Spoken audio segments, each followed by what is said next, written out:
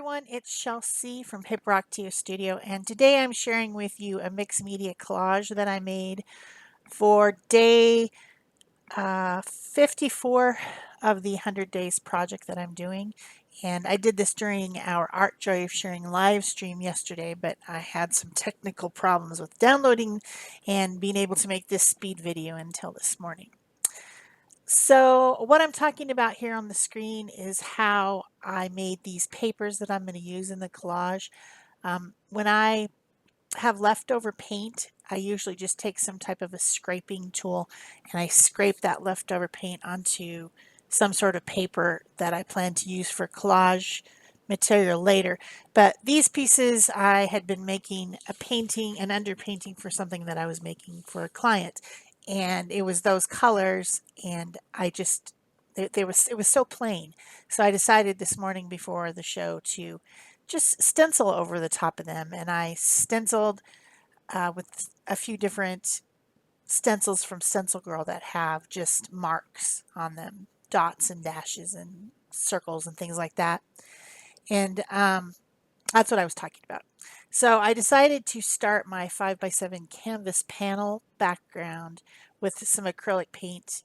I was thinking about spring, and I was thinking about the birds that are starting to be in the trees where I live. I was outside with the dog, and there's a big mesquite tree in the neighbor's yard, and there was just a whole racket of birds up there. They were making so much noise.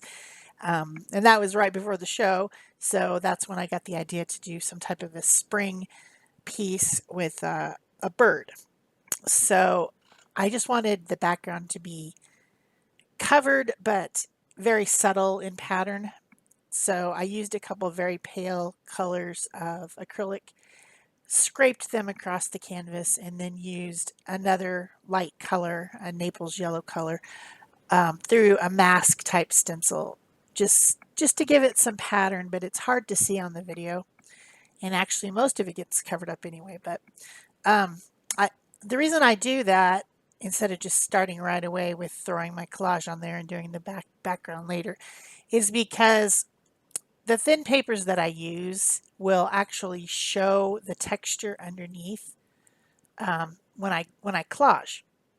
And so I like to use a little bit of acrylic paint, or else another layer of collage to cover up the little weaving texture that's on the canvas. Sometimes I just fill up. It's like spackling. The acrylic paint is spackling, in addition to, of course, being a color, something that makes it not white anymore. So I definitely did that today, but with that scraping of the silicone brush across, it kind of fills in a lot of that texture that I just really didn't want to deal with.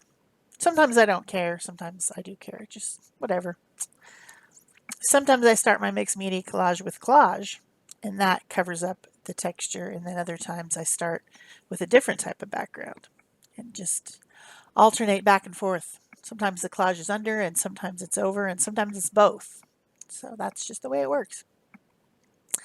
So I drew my planned piece onto the canvas with just a regular pencil. I couldn't find a soft graphite pencil that I was looking for, so I just grabbed a regular #2 school pencil that happened to be on my desk and made my drawing. And there's some branches, some leaves, a nest, and a bird.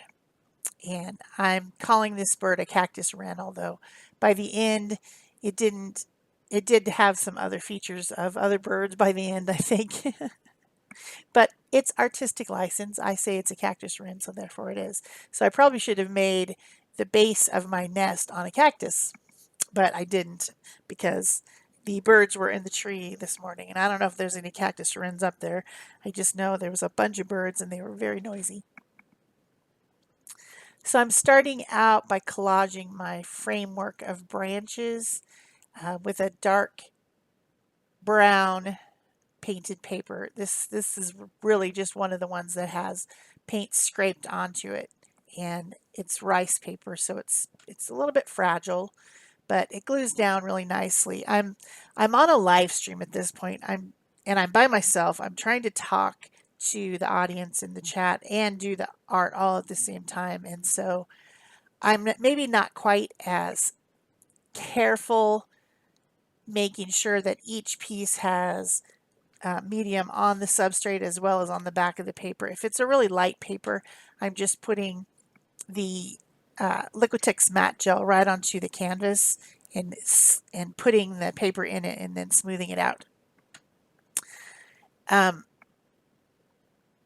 I've talked a lot on this channel about what mediums to use when, with what paper, and why. So if you guys haven't got all of that yet, you will. I always talk about it. But today I decided to use the matte gel, even though most of the papers that I'm using are very, very thin. That green that I just put down is printed tissue paper with a layer of paint scraped over the top. I mean, these are thin papers. Tissue, rice, those type of papers. And I do think I have a couple that are as thick as text weight paper. I mean, that's the thickest thing I've got. But when I'm using the matte gel medium, I feel like I can move quicker because it doesn't slide around. It seems to get tacky faster, although I don't think I think it's just the consistency of it. I don't think it's getting more tacky or dry, which would be the process of drying. But it feels like when I put the paper on there, it sticks down and stays in place quicker than when I use a fluid medium. So I just prefer it. I mean, it's a personal preference thing, but I really think that if you haven't tried a gel medium, you should give it a try. So as I'm going through my different colors of scraps of green, I'm cutting out multiple leaves at the same time by folding the paper. I could even have, I just did 2 at a time, but I could have done even more. It makes it faster if you're going to do cut paper collage, and by the time you get them all scattered around, nobody can tell that there's 2 that are the same. It's not a big deal. So I like a lot of different colors because sure, a plant might have leaves that are all the same green, but there's so much light play going through and changing the colors that we perceive with our eyes, even though something might be exactly the same. In shade, it's darker, and in the sun, it might even go from green to a blue. You just never know. So, got to have a lot of variation. Pick out scraps from several different things if you're going to do something like leaves. Don't make them all the same. I've seen people do that before when they're trying out collage. And now I just wanted to have a kind of an odd collection assortment of papers for the nest. I was saying that a couple days ago I was sitting at the table and we have mesh. If a window will open, there's a mesh screen thing there that's I think made out of some type of a vinyl or plastic that's woven together.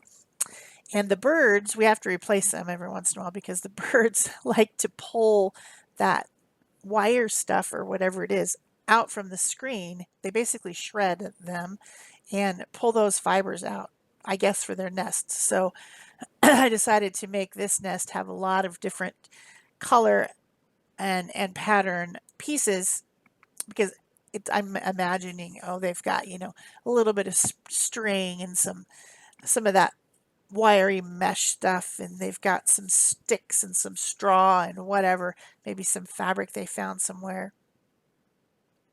That's what was the look I was going for as I was collaging this. I tear the strips thin and try to make some of them be curved as I'm tearing because the nest is going to curve up a little bit, so they can't all be straight. You want it to look like everything is woven together. And as I'm putting them on, I'm working around the shape of my bird, and I've already glued a little egg down. She's sitting on a nest with egg in it. It might still be a little bit too early for that in the spring, but we're going to pretend that she can do that. So I was working around the tail, working around the wing and the body, and just filling in that nest. I could have I could have played with it a lot longer. I could have made a lot more, woven in texture to that nest. I could see myself doing it for a while, but I needed to have this done within the time constraint of the live stream show. So if you haven't joined us at the live stream, you guys should come on over. It's every Thursday at the Art Joy of Sharing channel, and Peg Robinson and I do it together, and we each show something on the screen at the same time. So you guys might enjoy coming over there and watching that on Thursday mornings, or for some of you evening. It's at 8:30 Pacific time, 11:30 Eastern time, and you can figure out from there. If you like to watch things in real time, live real time, or recorded real time. So now I started making the bird, and cactus wrens are brown and gray and white, and they have a lot of pattern, a lot of like dots and things on their plumage. So I'm using the darker papers that I had there with brown, tan, gray, maybe a little bit of rusty colors. And I started with the head, then I am building the wing now, and then I will do the tail next. And there's a few places where maybe some of my other paper has overlapped. It's okay when you're collaging to overlap the paper. So I was working around the space that I knew I was going to put the bird in, but I didn't have to stop right at the very, very edge every time. I could let those papers go under a little bit because they're going to get covered up. I knew they would be covered up. So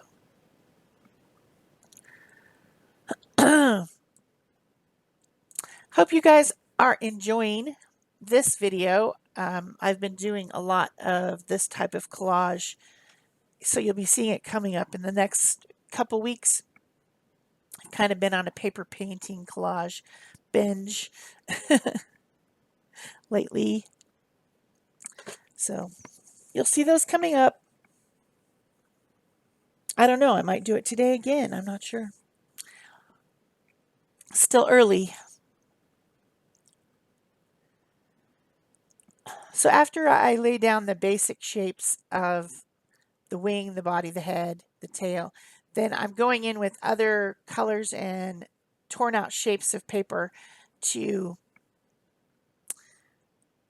make even more pattern and spots and stripes and things on my bird.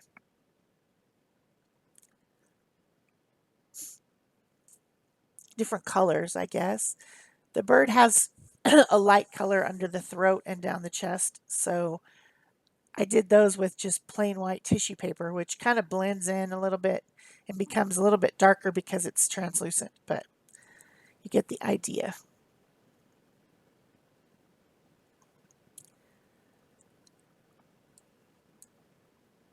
Some of the birds in Arizona are very interesting. The one that I'm always excited to see when I see one is the roadrunner. They're the weirdest birds. They rarely fly. They like to run. I think that's why they have that name, right? But they're kind of like mini. Well, their necks aren't as long, but they have a bit of a neck, and so they kind of stretch out like an ostrich or something. But they're a lot smaller, only about a foot tall, probably. So now I've moved on to the kind of illustration-y part of what I'm doing here. I've got a Stabilo All pencil, and I am making some shadows around things, making some dark around things to separate the foreground from the background and make the bird really stand out from everything else, because it was all looking very same tone and it needed some contrast.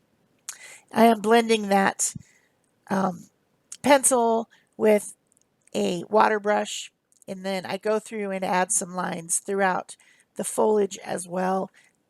but not every single line. I'm not tracing everything all the way around. I'm just putting it where the dark needs to be and giving a little bit more drama and dimension.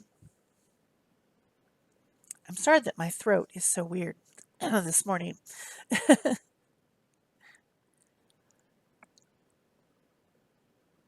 So if you guys are enjoying this piece, go ahead and give me a thumbs up, leave me a comment or question below, subscribe, share this if you want to, if you think you would someone else you know would like to watch me collage. And all those things help my channel. Also, there is links to the Amazon, my Amazon store down below and things like that that you can help with. I decided I needed just a little bit more kind of blending of papers. There was some pretty obvious lines in what I had done, so I decided to add a little bit more bits of paper here and there. And rather than getting my brush out of the water, I decided to get a dry brush to do this. And I think at some point I even collaged some of them with my fingers. Sometimes I do that. If I get all my glue brushes wet and I don't want to get them out of the water, then I just do it with my fingers.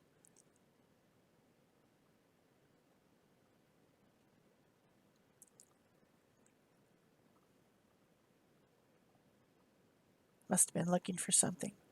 Oh, I decided to touch up the beak a little bit. That's right. I was looking for orange.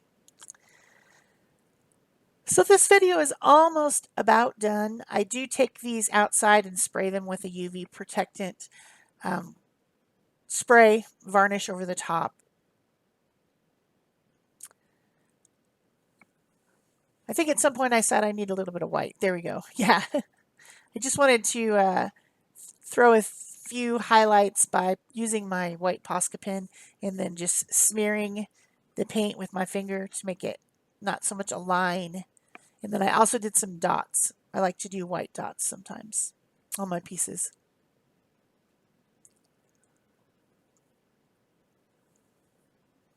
I think that's pretty much. Oh no, I did do one other thing. That's right. I thought I was about done, but no. I decided that I wanted to put a little bit more warmth in the background using these King Art gel sticks. They're just a pigment in a very soft form, and I can usually just draw them on and blend with my fingers, or in this case I'm using a baby wipe a little bit. But I decided I needed a little bit of pink and orange in that center section of the canvas because it gives the feeling of the sunshine shining down, you know. So, oh, I guess it was yellow, not orange.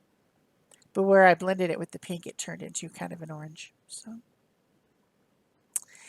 anyway, that was the last thing I did was to just use my gel sticks to add a little bit more color. And that was it. So, thanks for watching, guys. There's some close-ups coming up, and that will be the end. Bye-bye.